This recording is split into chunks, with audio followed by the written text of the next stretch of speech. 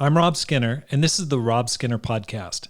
Today on episode 115, I'm going to talk to JD and Claudette Lusan from Huntsville, Alabama.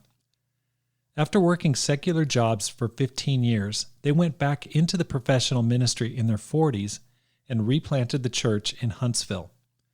The church had plateaued at 11 disciples for 10 years. From the time they arrived 4 years ago, it's grown to over 50 members.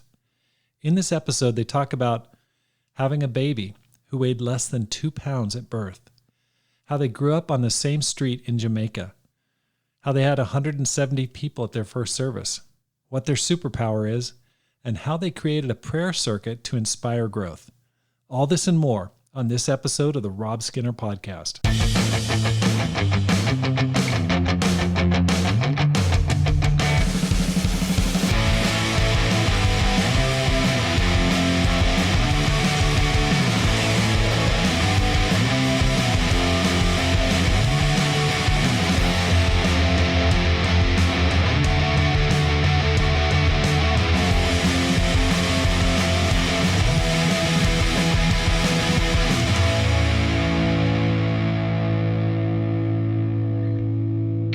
Welcome back to the Rob Skinner Podcast. My goal is to inspire you to live a no-regrets life, make this life count, and multiply disciples, leaders, and churches. I want to invite you to the 2021 Small Church Leadership Conference. The theme is Climb. This is for anyone who wants to grow, who's leading a small ministry or small church, and who desires to get inspired and get encouraged coming out of COVID. This is the second conference that we've had. The first one we entitled Look Up, but this one is called Climb. It's December 2nd through 5th, 2021, December 2nd through 5th of this year in Dallas, Texas. We're staying at the Marriott Las Colinas. We've arranged hotel prices of $109 per night. Early registration is $125 until June 30th. Then it goes up to $150 until August 31st. And after that, it'll be $175. So please, you don't want to miss this event. It's going to be so inspiring, so encouraging, so equipping. You can register today at robskinner.com and look for the Climb Conference tab. That's robskinner.com/climb-conference. I look forward to seeing you in Dallas in December of 2021. Today on my program, I've got JD and Claudette Lusan. They're the lead evangelist and women's ministry leader of the Greater Huntsville, Alabama Church of Christ. They got to Huntsville in May of 2017, and since their arrival, the church has grown from 11 disciples to 54 current disciples. They've been in the ministry for 20 plus years. Actually, today is their 22nd anniversary. They've been strong and faithful and dynamic leaders in Kingston, Jamaica, Orlando, South Florida, and right now in Huntsville, Alabama. I look forward to talking to them. JD and Claudette, welcome to the program. Oh, thank you so much. I appreciate it, Rob. I was talking to you about this beforehand, but you are in demand because I asked my listeners, who do you want to hear from? And people said, we want to learn more about JD and Claudette and the work that they're doing in Huntsville, Alabama. So let's get right into it. How'd you guys become Christians? Wow. Okay. So I became a disciple in 1996. And so I was living in Florida at the time in Fort Lauderdale. And at the time I was going to Broward Community College. I think the name of it has changed since, but so I was going there with my oldest brother and met somebody that I was interested in, and then she started studying the Bible at church, and I wasn't very happy with that at the time. so I decided that there's no way I'm going to go to that church, and she was very persistent and kept inviting me, and I finally went. Went with a bad attitude, however, but I went, and when I went to church the first day, unbeknownst to me, that first Sunday, she had set up brothers to sit with me. So I got totally set up. and I hoped to have sat in the back, but they brought me further to the front. And one of them who I love dearly, Duval Payne, he's still down there in South Florida. His nickname was Bubba Payne, and so when Bubba sits next to you, you're not going anywhere. And and so it was a great service. It was a fantastic service. Steve Bowen preached and sang, and afterwards, I was basically told that I was going to study the Bible. I submitted to that, and 10 days later, became a disciple. So, so at first, it sounds as if I was forced, but after that Sunday, I wasn't. I was totally into it. So awesome. Yeah. So I became a disciple in Jamaica in 1989. And I tell you, my sister was invited out. We lived in an area that was close to the University of the West Indies. And I remember this girl from Trinidad used to invite my sister, and she'd knock on our gate. And my sister went to a campus, I think it was a house church at the time. And she came home and she said to me, Claudette, this was so good. You gotta come, you gotta see it. And I'm like, okay, maybe I'll meet some cute boys there. Let me just go and check it out with you. And I went, and it was just amazing. There were people, I mean, young men and women singing and worshiping God. And I'd never been exposed to anything like that before. So, I became curious, and one of the young ladies asked me to study the Bible, and I said, sure, why not? I told her I was a Christian, and we set up a time to study the Bible.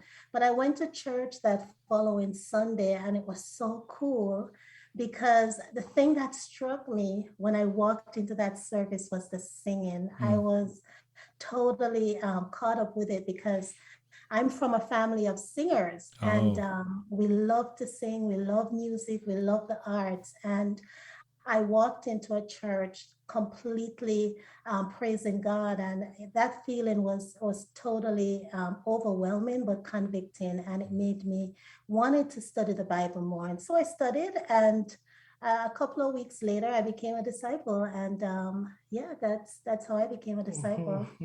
Well, how did you two meet?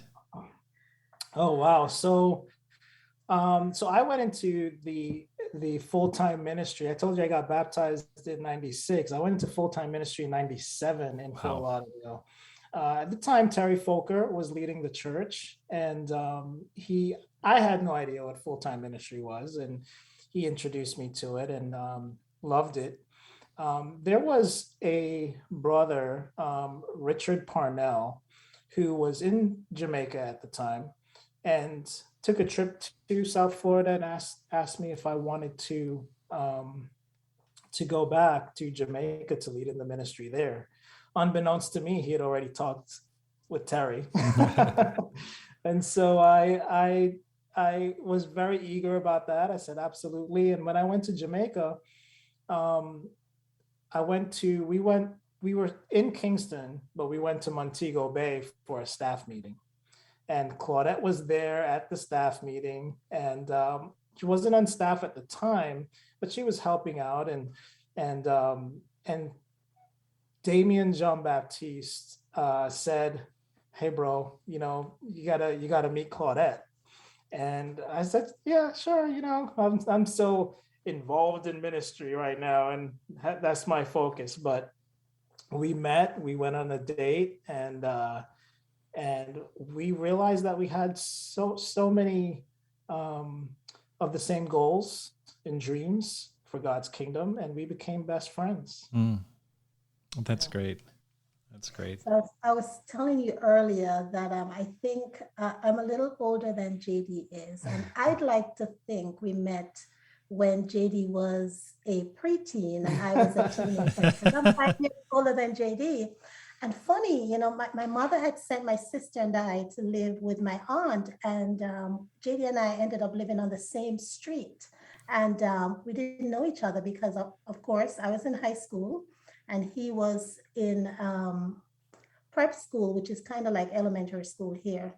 But fast forward later on, like JD just shared, we met in Montego Bay. That was the first time we met. JD was in the ministry. I was working for Air Jamaica, one of our national airline. And I remember they invited me to come to that meeting. And he was playing basketball and we met. We became friends. We went on a date later on and the rest is history. Wow. So you guys both grew up in Jamaica. Is that right? Yeah, so I was in Jamaica. I was born in Jamaica, Queens, New York, and then I moved to Jamaica as a toddler because my mom she was operating as a single mom at the time because my mom and my father were separated, and so it just became so difficult for her, And so I went to Jamaica to grow up with aunts and uncles. Until I was about 13 is when I came back to New York. And that period of time when I was down there in Jamaica is the period that Claudette just referred to. Wow. That's amazing. What, let me just ask this question. What do most people not know about you guys? Goodness. Ooh. Well, me specifically, I guess, gosh, I don't know which one of the things I should share that people don't necessarily know about me. I'm a huge soccer fan, big time soccer fan. Like, I rarely watch any other sport apart from football, soccer, right? My favorite team is Tottenham Hotspur. I love that team. And something else, I guess, something that recently happened was that I just got interested in shooting sports, which is kind of interesting. I gotta talk to our brother John Lusk and get some advice. Oh my gosh! Like, are you talking about like trap shooting, shotgun, rifle, pistol, bow? Pistol. Okay. Yeah. And so I guess those are a few things about me. Okay. So if anyone charges into your church service on Sunday, they better watch out. You're fully loaded. I would say.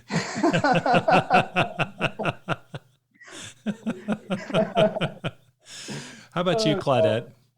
Gosh, I can't think of anything that most people don't know already. I mean, the minute you meet me, you know I'm Jamaican. Because my accent gives it away. I'm a lover of music. I love to sing. I love life.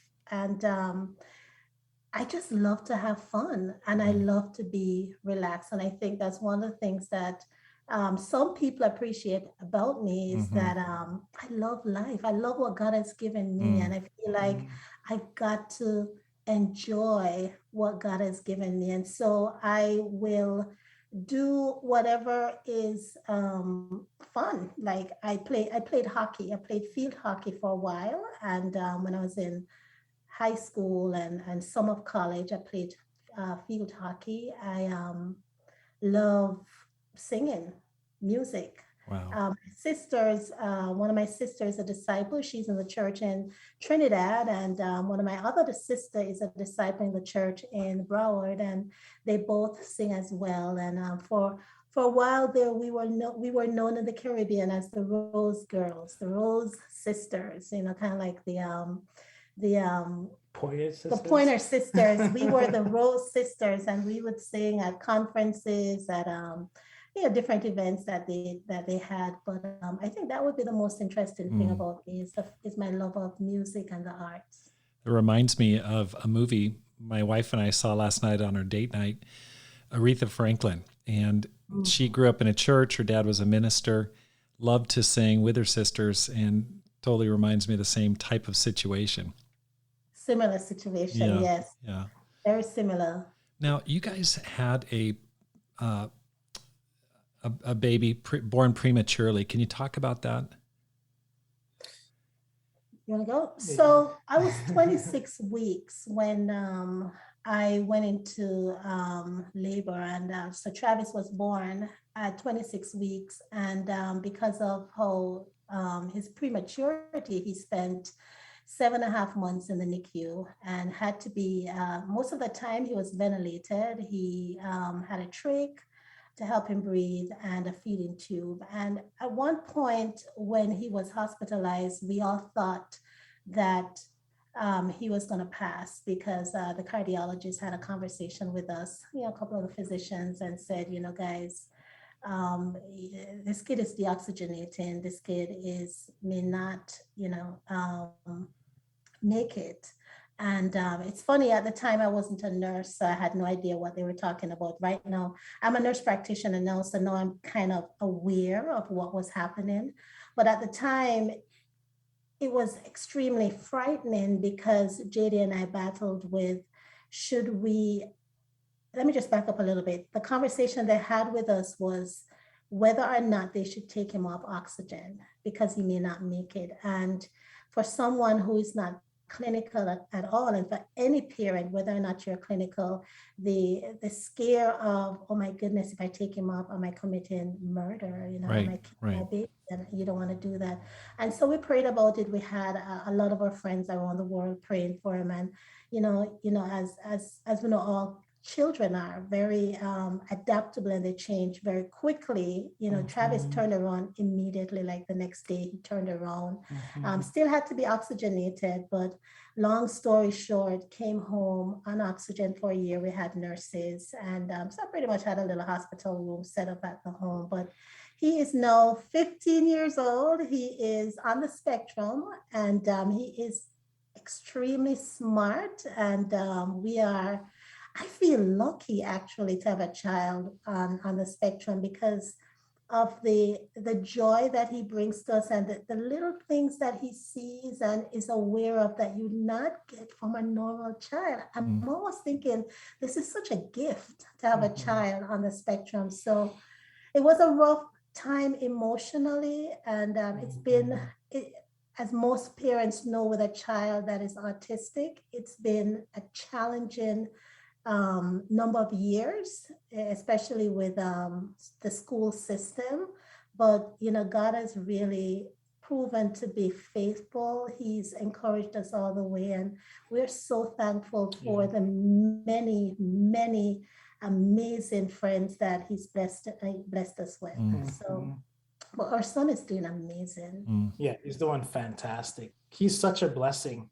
I personally, if we had anything to do over again, I don't think we would do anything differently, because to see God move in his life and bless him at that stage and even now has been so faith building for us.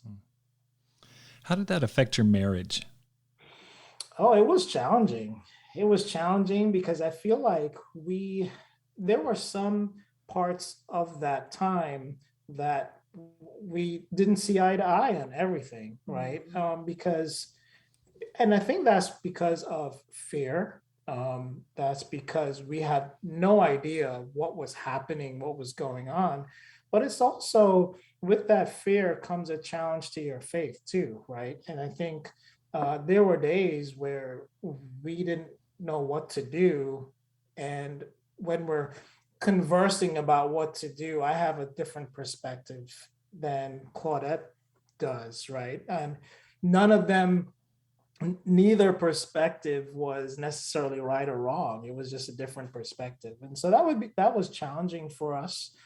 And of course, challenging to see each other hurt, and search for the comforting words to say to each other at a time where your son is in the hospital for the 5th month and you're pretty much sleeping there. So it was very challenging for us. There were times where I had difficulty with, just contemplating my faith, and so that was challenging for Claudette as well. So it was tough, but we stuck in there and had a lot of people praying for us. Wow. And God God made a huge difference in our marriage as well as our family.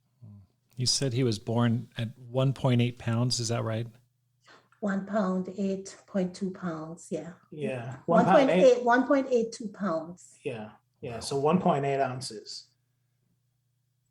So 1 pound. 1 pound, 8 ounces. 2 ounces. Yes. Yeah. Okay. Wow. Oh my gosh. So he was the size of the palm of my hand. Oh my gosh. And so he was nowhere near ready to be born. And what was scary about that was that, I mean, we had no idea what to do. But I know the nurses in the NICU were amazing. You know, they really, I remember one time they told me to take a vacation. They're like, you need to go and take some time for yourself. He had aspirated in the NICU as well, which is one of the reasons why he had a problem with his oxygenation. And that was the point when I had no idea if he was going to make it or not.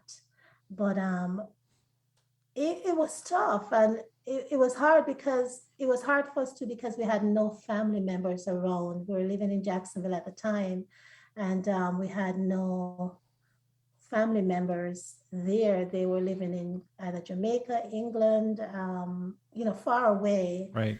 And, so it was difficult, but we took all the advice that we got from the medical professionals, and I tell you what, prayer works. Yeah. We had no option. It's you're in this place where you have no one to rely on but God, and you have no idea what you're doing. And I think JD shared a lot about what we went through, but I think it bonded us even more because together we were learning something new, how to deal with this little life that we had to take care of that was not what we expected, you know, of his life. And we had to learn how to take a trach out, how to put a trach in. We had to learn how to have faith when no one else has faith for us. You know, we had to learn to dig deeper in our Bible study. We had to learn to get the help we needed from people that were around us to keep us focused on, you know, help to keep us focused on our relationship with God. Right. So, Well, let me shift the discussion here to talk about your life in the ministry. Why did you guys want to go into the ministry?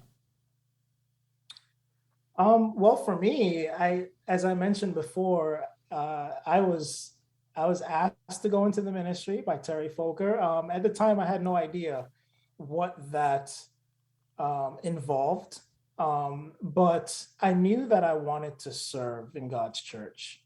That was, you know, that was clear. I didn't know how I wanted to serve in God's church. I just knew I wanted to. So when the opportunity was presented to me, you know, I said yes instantly because I just wanted to please God. And so as I did ministry, encountered the challenges of ministry and different things like that, I still enjoyed it. I still loved helping people. And I felt like I was learning so much about God that I wanted to be able to transform the formation that I was going through to somebody else. Right. And so that was my main purpose at the time, and still is, really. You know, when I became a disciple in 1989, back in those days, everything was about go make disciples. Right, that's right. What island are you gonna leave? And I'm like, and I remember vividly laying down on the grass dreaming, what island am I gonna lead? Where am I gonna go?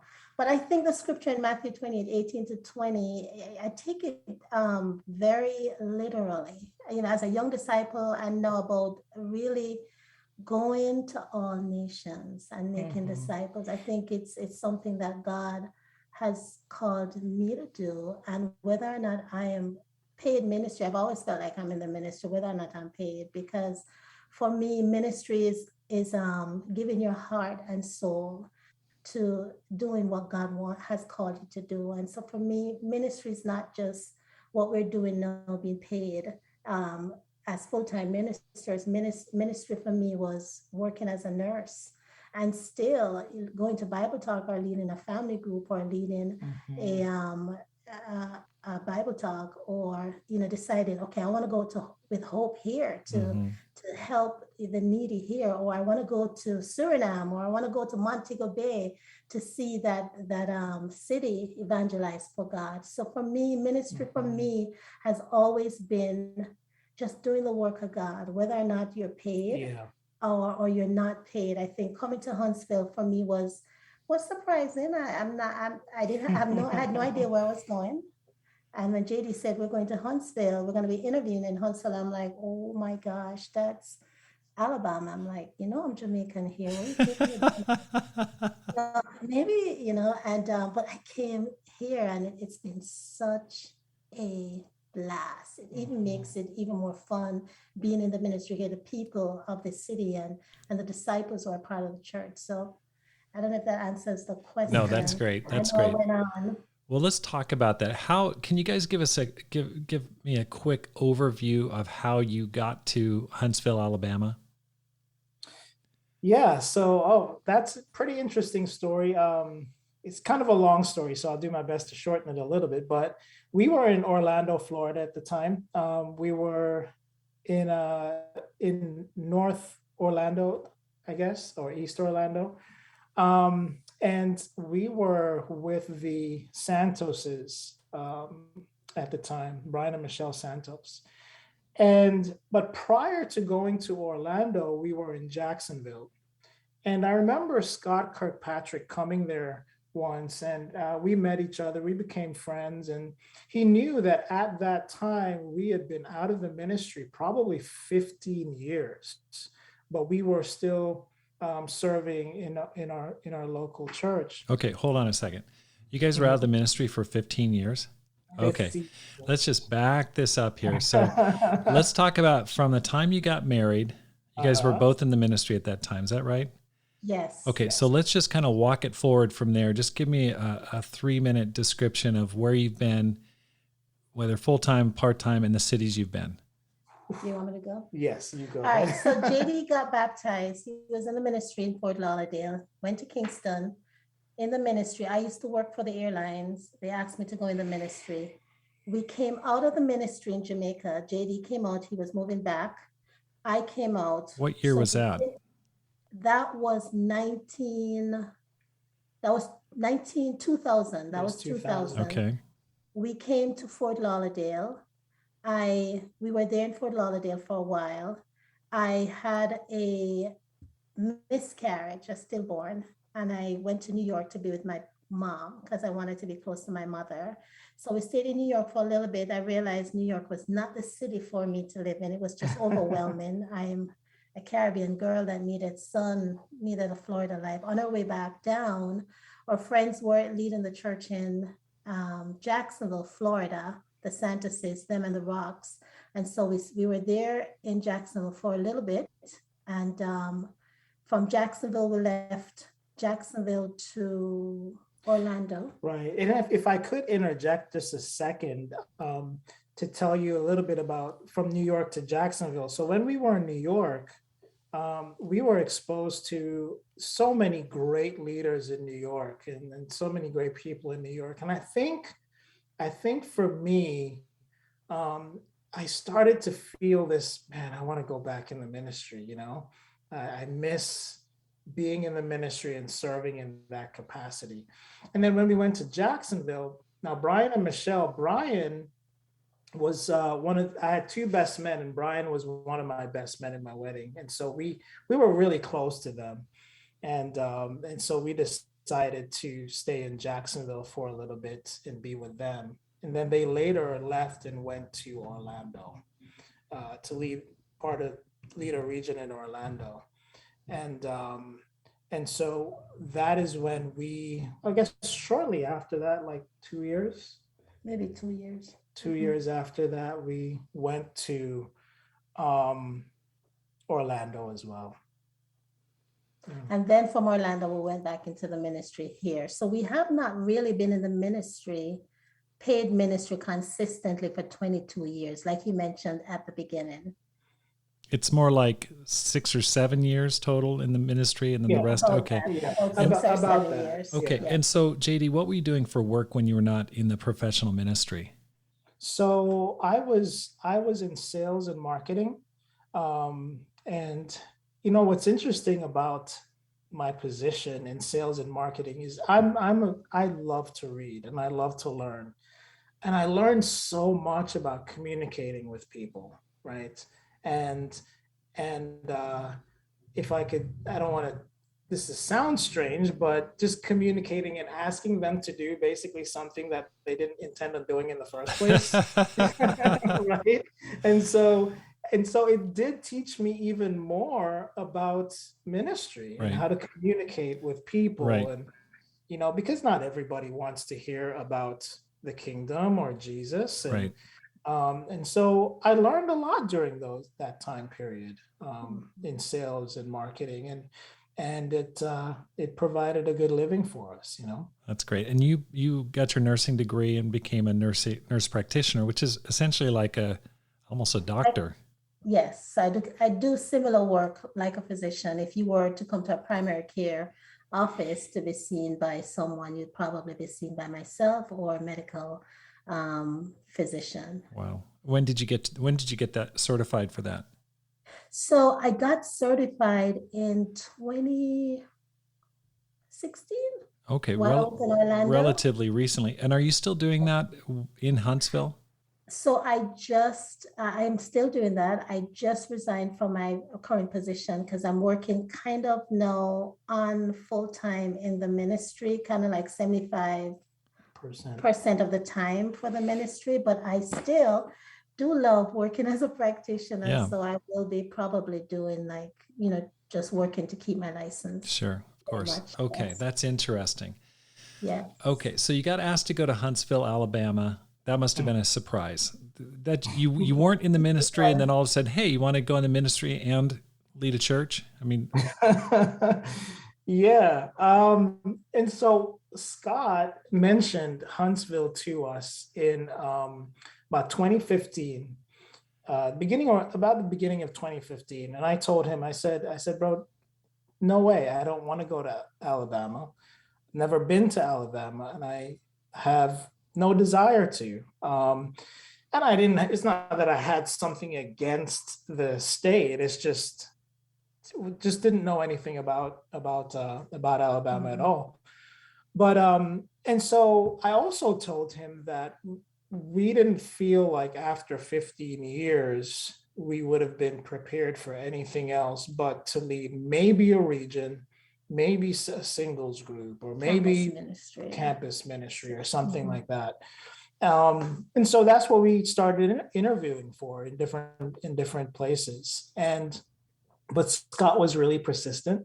He continued to call us and offer an opportunity here in Huntsville. And so we decided, okay, you know what, let's go ahead and interview and just see what it's about. And we had a phone interview with some of the brothers here in Huntsville, as well as Terry Folker, who was in Nashville at the time.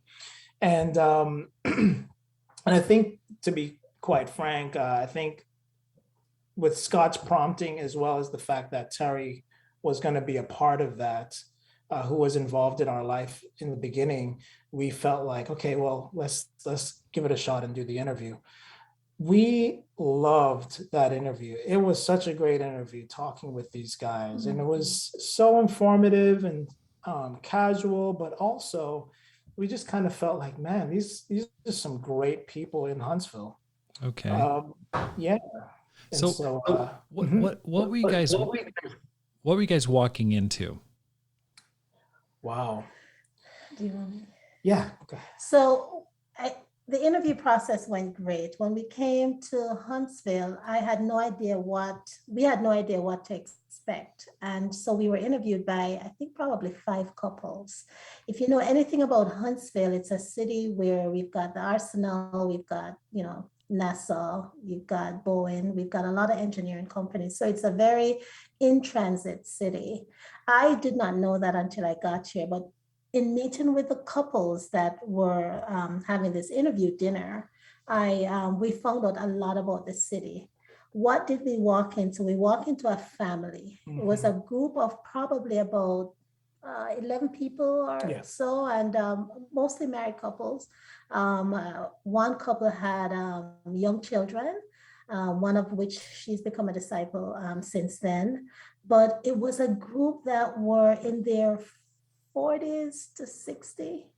And that's the age range, but they were they just wanted to see the city of Huntsville grow. And so they were united in that effort to, to bring someone in to help them to see the city one for Christ. And it's funny, it's funny, I'd not seen such a group of people who've been so sacrificial. I mean, these guys saved up a lot of money just to get a leader to come here, and it wasn't a large group of people that saved that money. When I found out who saved it, I'm like, well, this is just a tiny group of people. Yeah. But they were unified. Yeah. And they were basically here having church, giving contribution for probably 10 years, right? And saving all that apart from facilities costs, which they decided to do on Sundays in a hotel.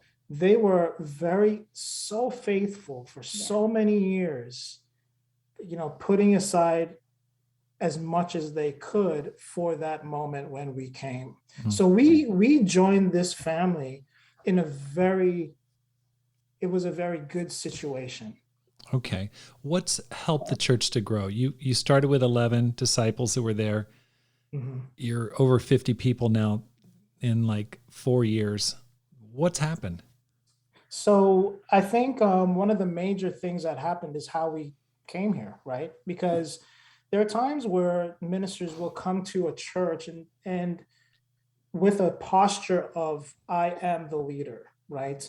And I think when we came, we knew that was the case, but we more than anything, we wanted to join a family and keep it that way, keep it very family oriented, give disciples autonomy to do things. Look at that initial group that was here, they became our core group. So we were leading a church of our core group, with our core group, with who we considered family. And that group pretty much helped us to understand Huntsville, the city we were so new to. It was a new place for us, and we needed their input on Huntsville, things that would work. We would have core group meetings, and I'd say, hey, I have this idea. And they gave their input on that, of which we respected.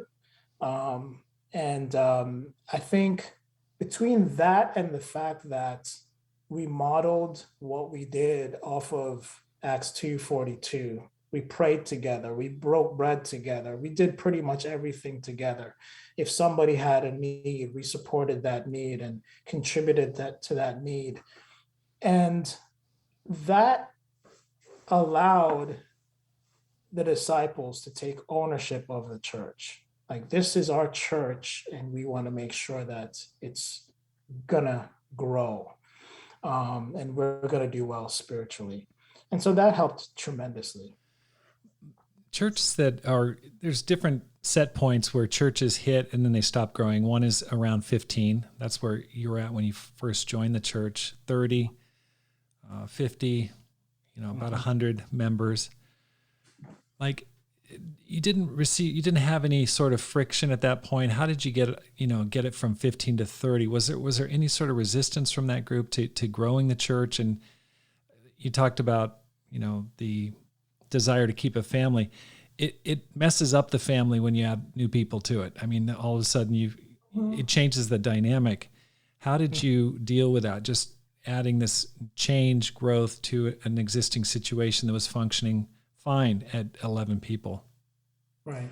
It's funny that you asked that question, because even though the church has grown even more, and there are more people wanting to move into Huntsville. Disciples who've been disciples for years are moving in and wanting to move into Huntsville.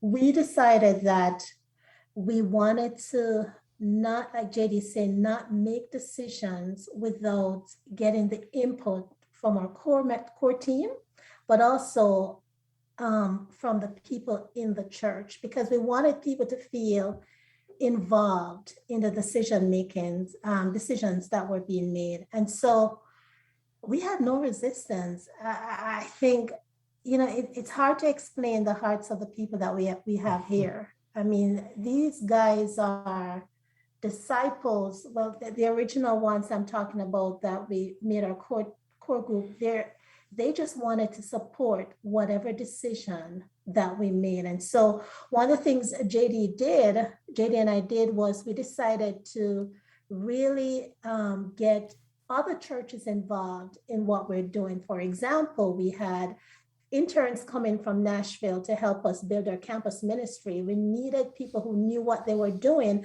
and we needed the support from the other brothers and sisters within the Southeast region. And so what we did, we had interns coming from Nashville. JD and I would often visit Atlanta, the North River Church, to really just to learn what they're doing to build their ministry. And then what we would do is implement it here in our church. But we wanted our church to feel a part of the Southeast region. Mm-hmm. We wanted them to feel a part of the body, that they were not just this little church here in Huntsville. We wanted them to feel the impact of the relationship within within our other churches. And that helped a lot because we pulled people in, and the people coming in also brought ideas that were implemented, but they also helped us to convert people on campus to study the Bible with other people. So that's some of the things that we did to get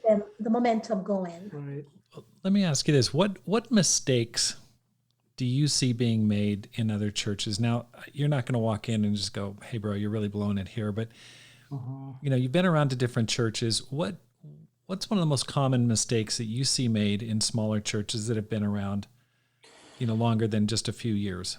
Right. So one of the things that we did as well was we made certain that we were building a culture, right, of discipleship, evangelism, and so on and so forth. But in order to build that, we realized we had to get more involved in our community, but we also have to know our city. And I've seen where there are some small churches where may neglect understanding the culture of their city, where they are. Huntsville is big on engineering. It's, NASA is a big deal. And so we realize, okay, we're in a tech city, but we're also in a transient city as well, right? And how do we do a good job in getting our church culture to be a part of that as well? So even the website we're developing right now, we want it to be very techy, you know what I mean, for the millennials as well. But I think that is one of the things that I've seen, is that sometimes we can get consumed with our church body and not, and what happens is we neglect that culture of our city. For instance, you have cities, cities are just so different. Huntsville is different than Austin, right? It's different than Miami. And so what is the culture of that city? That's great. How can you be a part of that culture so that you can expose God's truth to that culture? That's great. There are many, many churches that are stuck at certain numbers in the congregation, just like your church was at 11 for 10 years. We recently planted a church in Flagstaff, Arizona that's very similar, about 12 people.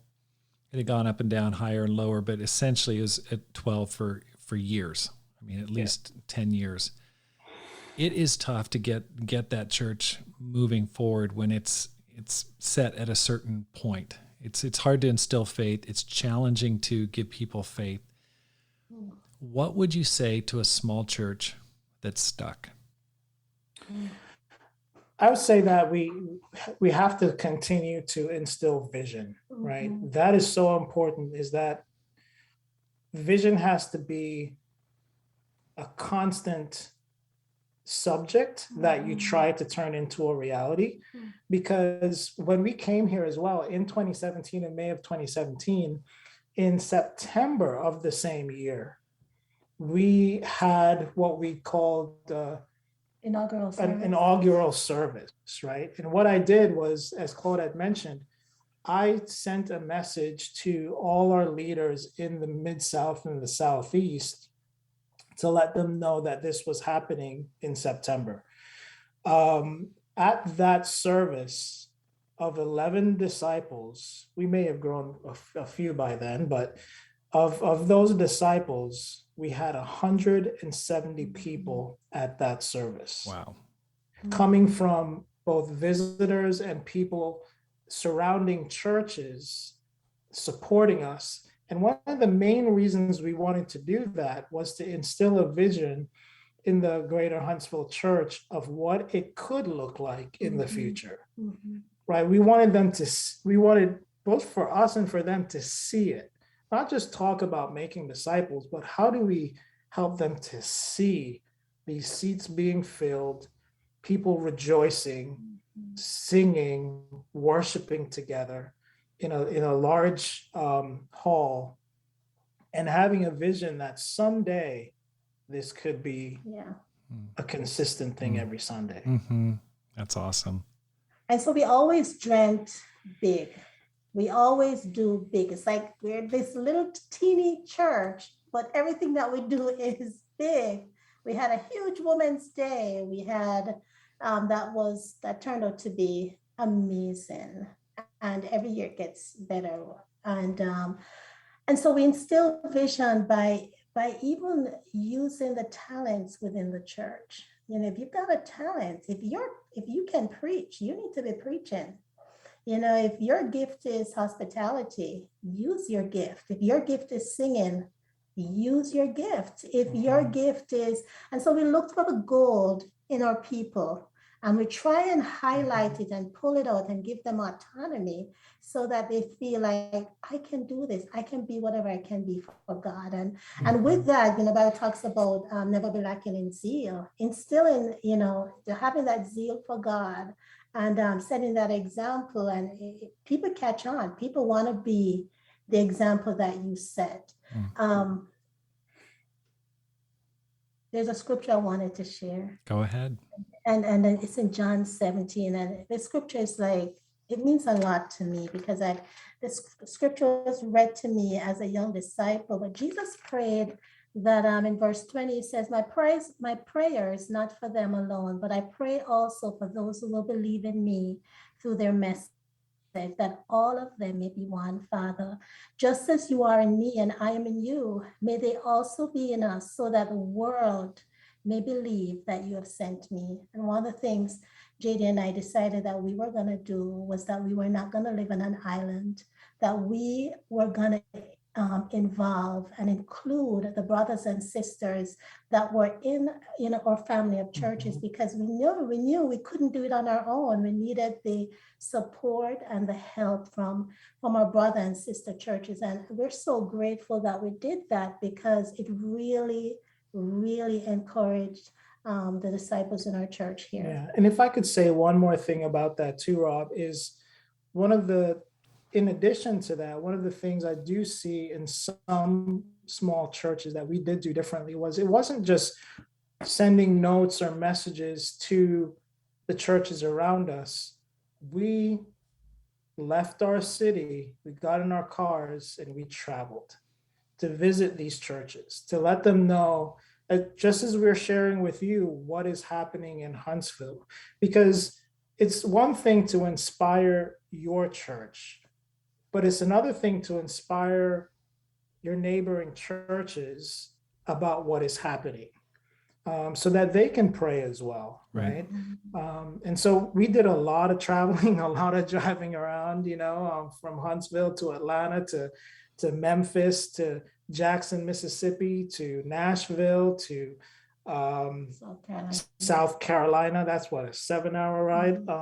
So we did a lot of that too. That's great, because many times when a church is not growing, the leader pulls away because they're either not happy, or they're ashamed, or they're afraid, worried about what other people think about their church that is not growing, or it's been struggling for a long time. And so it kind of goes into a negative cycle of pulling away more and more, not getting the help that they need, the outside input. But what I hear you guys saying is you went the other direction and say, hey, let's get connected to other people. Let's pull in all the resources and help from other churches. Great idea. Let me just ask you this, guys.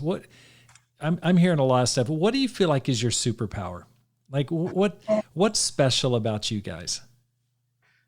Oh gosh. For me, I think one of the things that has helped me, as well as some of the disciples around me, is I feel that I'm at my best when I'm learning, right? And so I try to read a lot, study a lot, but I don't keep that to myself. I try to impart that on who I disciple, or the church as a whole. They always know what I'm reading.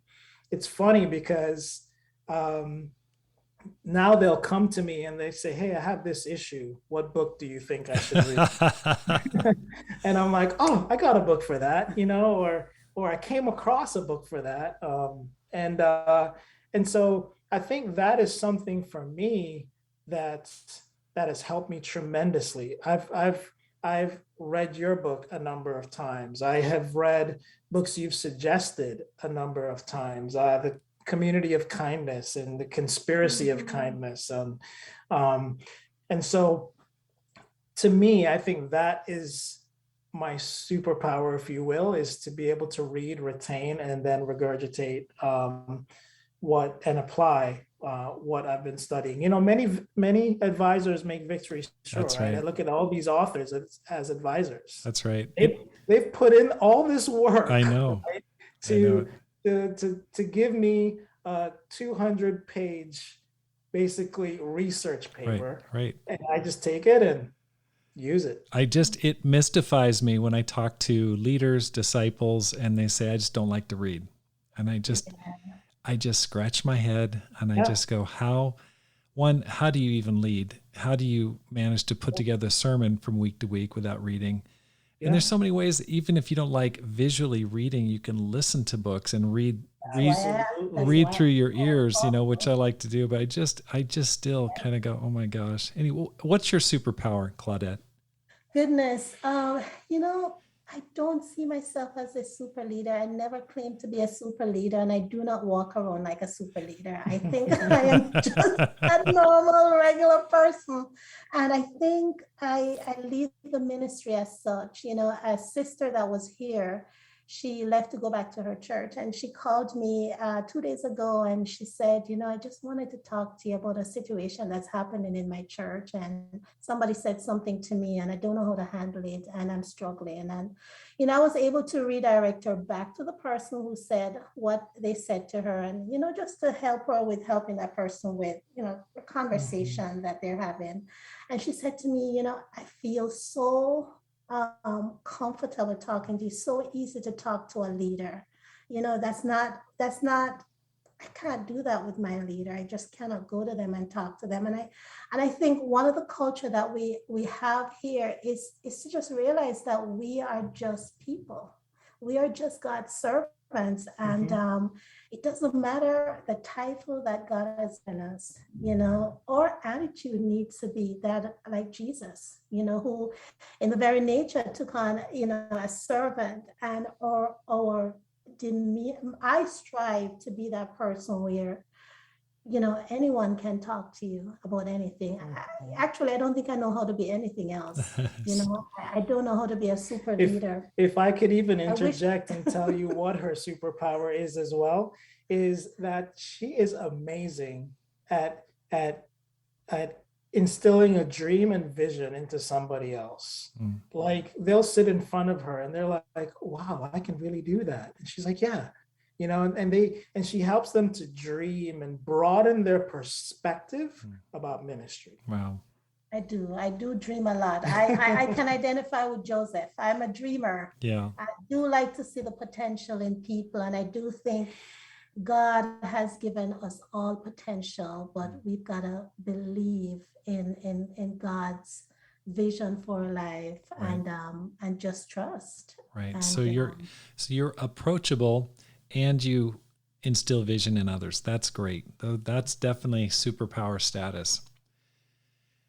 There are a lot of people like you who've been in the ministry in the past, whether it's pre-2003 or had some ministry experience, that are working secular jobs.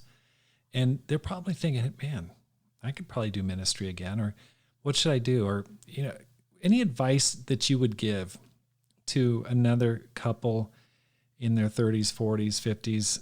I mean, there's so many spots available that need help, and you're doing amazing work there. But any thoughts to those who are just kind of going, whoa, that might be challenging, but are considering going back into the ministry, whether part-time, full-time, or self-supporting?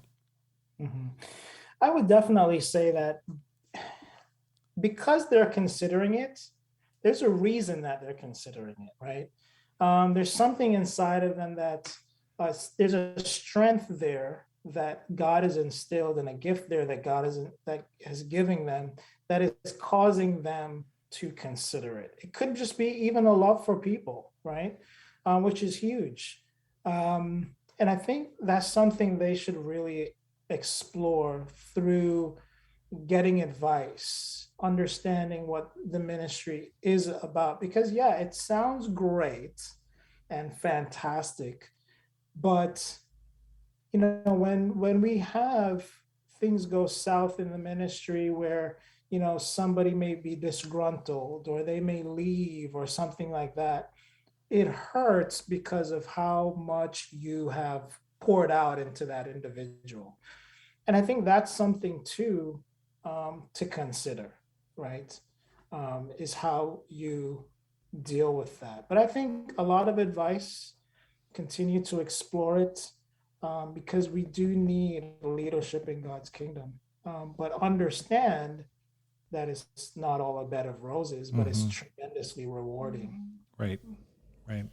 I can only share what happened to us. I know for me, I just finished nurse practitioner school, so I was thrilled about starting my career as a practitioner. My husband says, I want to go back into the ministry. Oh my gosh. And being I love my husband, and I love ministry. And I thought, let's pray about it. Let's see what direction God is going to take us. And so I prayed about it, and God led us straight to Huntsville. God found us a home without us even trying.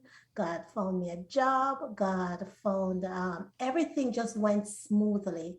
And it was very obvious that this was God's will. So I think one of the advice I would give would be to give your heart fully to God, seek his kingdom first, but pray through the situations and watch and pray for specific situations, and just ask and watch for God to answer those prayers. And I think God will make it clear if this is the direction he wants you to go. Yeah, and I think, honey, would you agree that they should try to walk in those shoes? And try and walk in those shoes, get the opportunity to walk in those shoes, maybe an internship or something like that, because you may have this idea in your head about what ministry is and do it, and you're like, that's not what I was thinking, And I think also,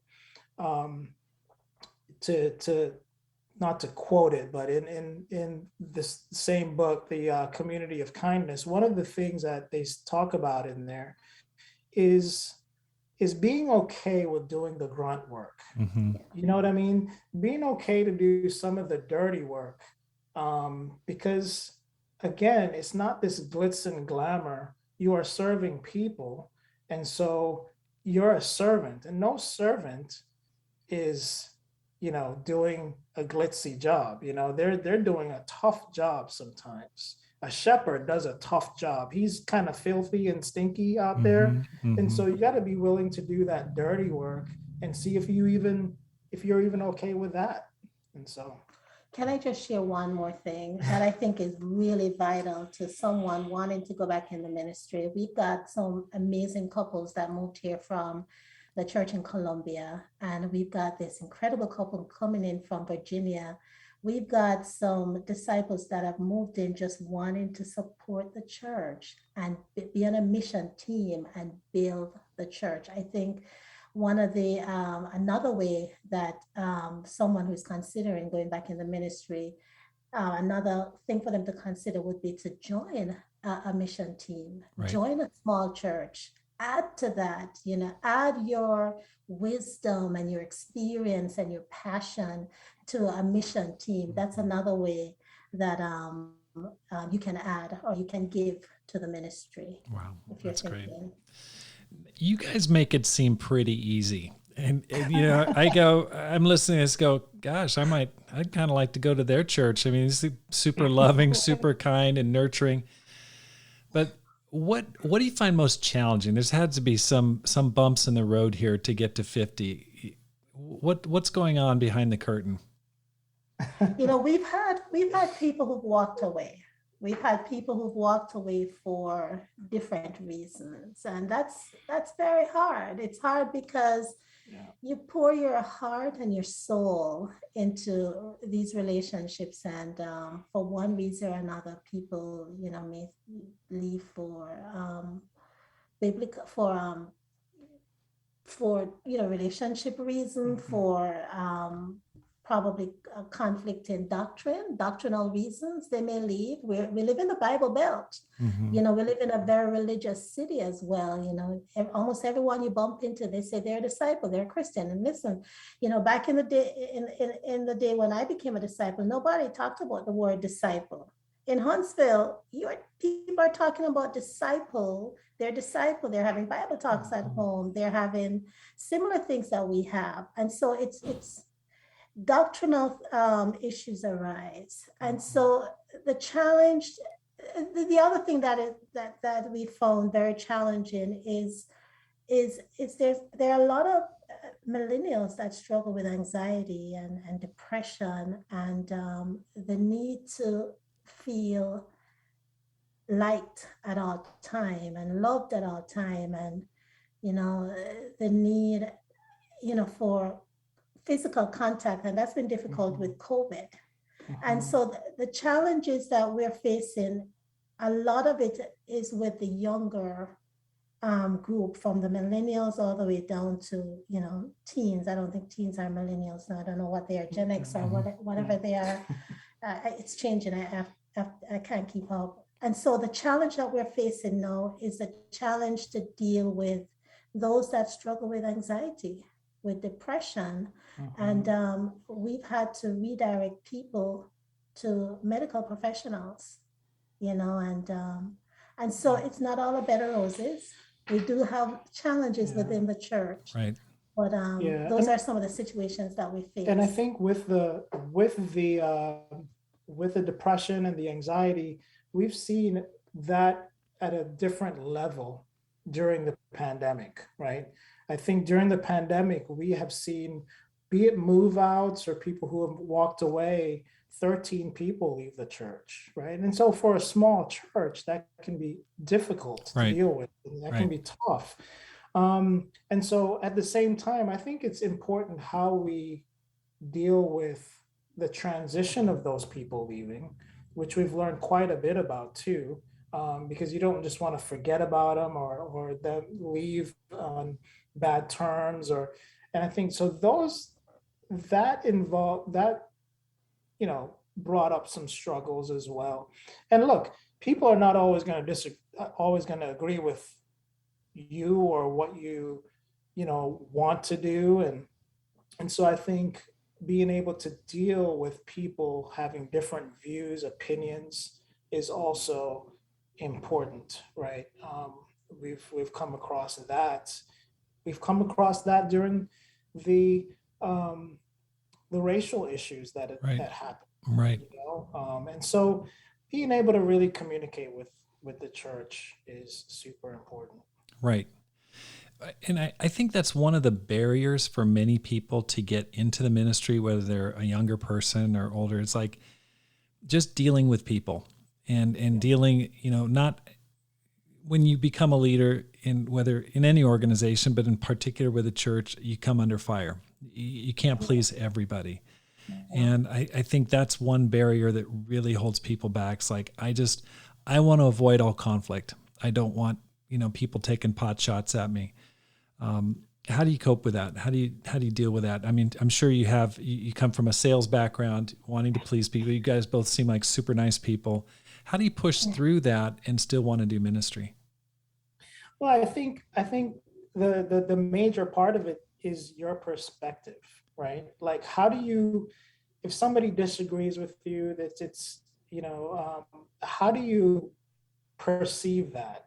If you take that personally as if they don't like you, then it's gonna be devastating. You have to look at it as, okay, this also has to do with their relationship with God. It has to do with the relationship with His kingdom. And as far as I understand from the Gospels, I still gotta love them. Mm-hmm. And I think, the saying, "Kill them with kindness." I still gotta love them. I gotta be kind, and love covers a multitude of sins, and I gotta figure out, okay, well, how can I do my best to love this person through this situation, Right. right? Tom McCurry is in our church as well. Many of your listeners probably know who he is. From Los Angeles, right? Yes. The administrator. Yeah. Okay. Yes. And one of the things he said the other day is one of the best ways to deal with people who are not doing well or disagree with you or just having a hard time in life is to just love them. Mm-hmm. Just love them. It's not a revelation, but just love them and just love people. Now, it's not easy to do. It's hard. That's right. There are times where I gotta go in another room, I gotta pray, and I gotta come back and love, Right. And that's right. maybe even 5 minutes after that, something may be said and I gotta leave again. That's right. That's right. Take a bathroom break or something, but we just gotta love people, Yeah. Yeah, grace covers all, love and grace, love and grace, love and grace. But there's a time when you've got to just call people to the Bible standard, and we practice a lot of grace here in Huntsville and a lot of love here in Huntsville, but we also call people to the Bible standard. And as a leader, I mean, you look on Jesus's example. Jesus looked at the crowd and he was like, they were lost like sheep without a shepherd. And then you see him telling Peter, "Get thee behind me, Satan. You don't have the thought of, finish scripture for me, JD, you don't have the thought of God, but of man," something to that effect. And but you see Jesus overturning the tables because these people were sitting, but you see him loving. And so as a leader, you cannot take everything so personally, right. And that's right. You can't take everything personally. And if you put yourself into that person's shoes, then you can better able to disciple, to assess, to decipher what to discuss, what to leave. Not everything you need to attack, not everything you need to address. There's some things you can just let it go. That's right. Yeah. Let it go. And there's some things that you've just got to say, "Hey, sis." So, of course, there's been challenges, but what's been most inspiring for you? I think what's been most inspiring is to see God answer prayers. We have been praying, we pray as a church a lot. We pray for the city. We pray for God to move in His church. That's one of the things that I recognize that the last small church conference, where in Wisconsin, they prayed a lot about the church. And so we brought that back here too. And we pray a lot. We have a prayer circuit probably twice a year where everybody, as many people who can join, will jump in their cars and we will caravan around Huntsville to different places, parks, schools, and we get out of our cars and we pray. And then we get back in the car and drive to another school or another park and pray again. Probably about 5 stops. And we pray for the church and for the city. And I think it's just been inspiring to see how God answers those prayers with people just out of nowhere saying, hey, we want to move to Huntsville, or we want to look for a job in Huntsville and move, and we want to help the church there. And how we meet people and they become disciples. God has just truly been answering prayers. And I think that is inspiring. Wow. When you pray for something for God's church, not necessarily for your need or your want, but you pray that what God is promising in the scriptures happens and what he wants to see based on the gospel happens, and you see it happen. Wow. Yeah. That's so cool. Okay. That's a great nugget right there. I am going to take that home. That's something that I've thought about in the past, but I've never actually implemented, just to pray over different sections of the city and do like a prayer rally, like a prayer drive. That's awesome. That's a great idea. Claudette, anything inspiring? What's inspiring for me is just this church. The people, the disciples who are part of this church, they are just incredible. I feel lucky. I feel so blessed to be around them, because it's not difficult to get people to do things. You know, I may be the one saying, listen, have a Sabbath. Okay, have a Sabbath, and take some time for you. But the hearts of the men and women that are part of this church are servants. They are a family. One of the things that we do here that I love is our break bread. During COVID, we had to slow down a little bit because, obviously we didn't want people to, be affected by COVID in any way. But people just going from different people's homes every other week or every third week or so, just to break bread, just to have a meal together. And we still do it, but now it's done differently. And God has blessed us recently. A couple in the church bought a building and we're renting the building from them. And he's blessed us now with this enough space that we can break bread safely. So that has been very inspiring. I think having couples being willing to work across ministries, having the young marrieds, the younger marrieds, the singles look up to them, having the singles taking care of the campus, who take care of the teens. And I think just having everyone's hand in each other's ministry is what's inspiring to me. The church just works together as a unit, as a family. And I pray that as we continue to grow, it's gonna continue to, have the same structure that it has. So that's just incredibly inspiring to me. Let me ask you, when you say break bread, what's the difference between what you're doing there and just sharing the Lord's Supper on a Sunday? Yeah, so we have communion, of course, like everyone else on a Sunday. But what is different is that once a month we will leave church, and this is prepared and everything, and we have a potluck at someone's home together. So this is the entire church. It was a lot easier to do when we were and so the entire church, we will leave, and if we have to go home and pick it up, or if we already have it with us, bring our meal, our potluck meal, to a specific home, and we may change the location every month, and we eat together, and we fellowship. The kids play games together. They go out in the yard and they play a sport, and we're being together Usually that's like from 1 o'clock until sometimes 4 or 5 o'clock in the evening. Um, and so that's what we make sure to do that on a monthly How basis. have you modified that since COVID? So with COVID, it slowed down. And we one of the things we tried to do was try to eat together on Zoom. Everybody's on the that didn't work out too great, but we tried to do it again. When we weren't meeting on Zoom, we started meeting in a park, and we tried doing it in the park I at see. one time. Yep. But it's very difficult because, with eating together, you got to take your mask off. Then there's the serving of the food and all that. So with COVID, it really slowed down Yeah, quite significantly. I'm sure.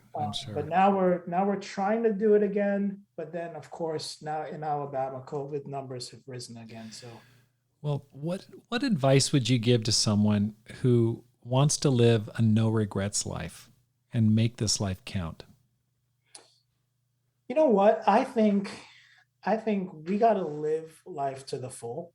We got to live our best life by really taking everything we take on, do it to the best of our capability, and do it for God. I think sometimes we can feel like, I want to do this for myself, I want to do this for me.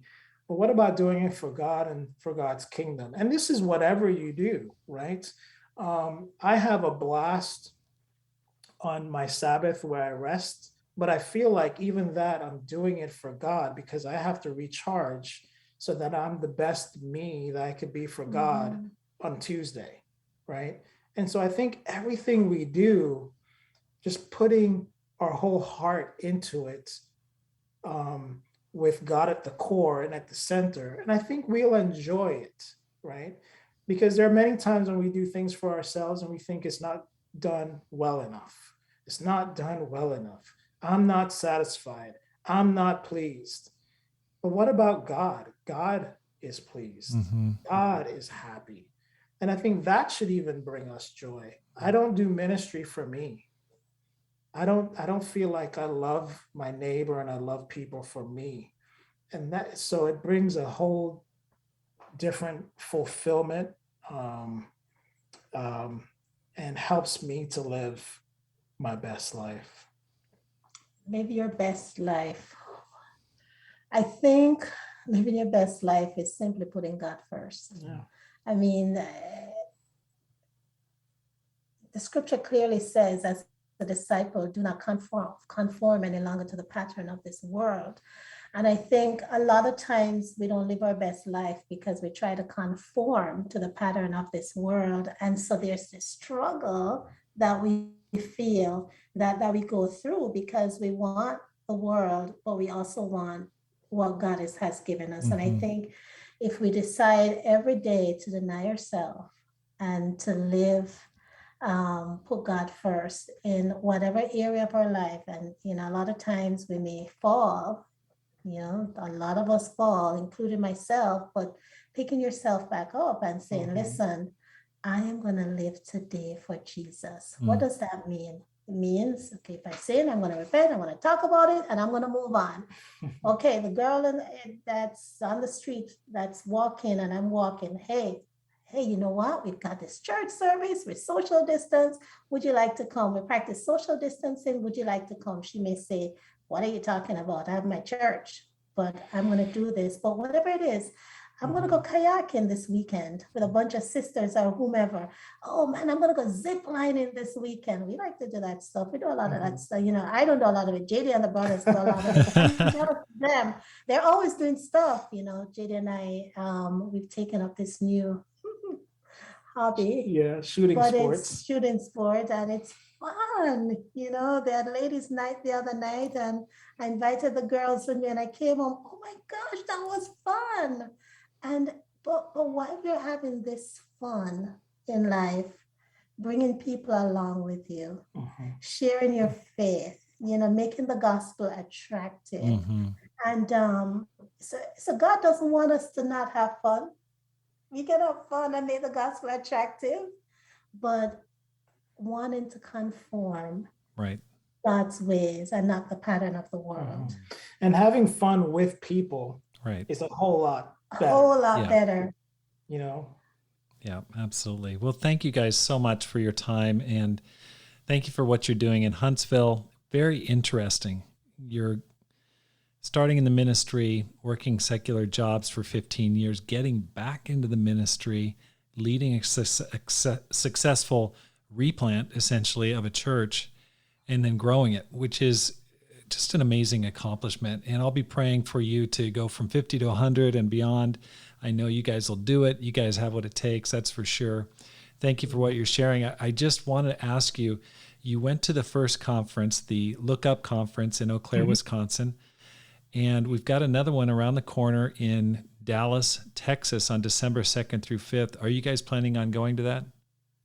Absolutely. Yes. We are already registered, and we're looking forward to it. We're actually taking a short break here in Huntsville, but we planned it so that we come right back from our break to be at the conference. And we're really excited about it because I do believe that the first conference we went to made a difference in where we're at now. We took a lot of nuggets from there, and I still have my notes that I can bring up at any moment. And it was exciting, but there's just so much to learn. Yeah. I mean, why wouldn't we? That's right. That's right. Well, I look forward to seeing you guys there. Thank you so much for your time, and all the best to you. Thank you for sharing your time on your 22nd anniversary. Happy anniversary.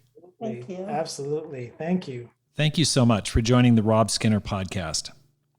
If you're enjoying this podcast, please hit the subscribe button and let your friends know about it and how to find it. Because my goal is to inspire you to make this life count, live a no regrets life, and multiply disciples, leaders, and churches. Have a great day and make this life count.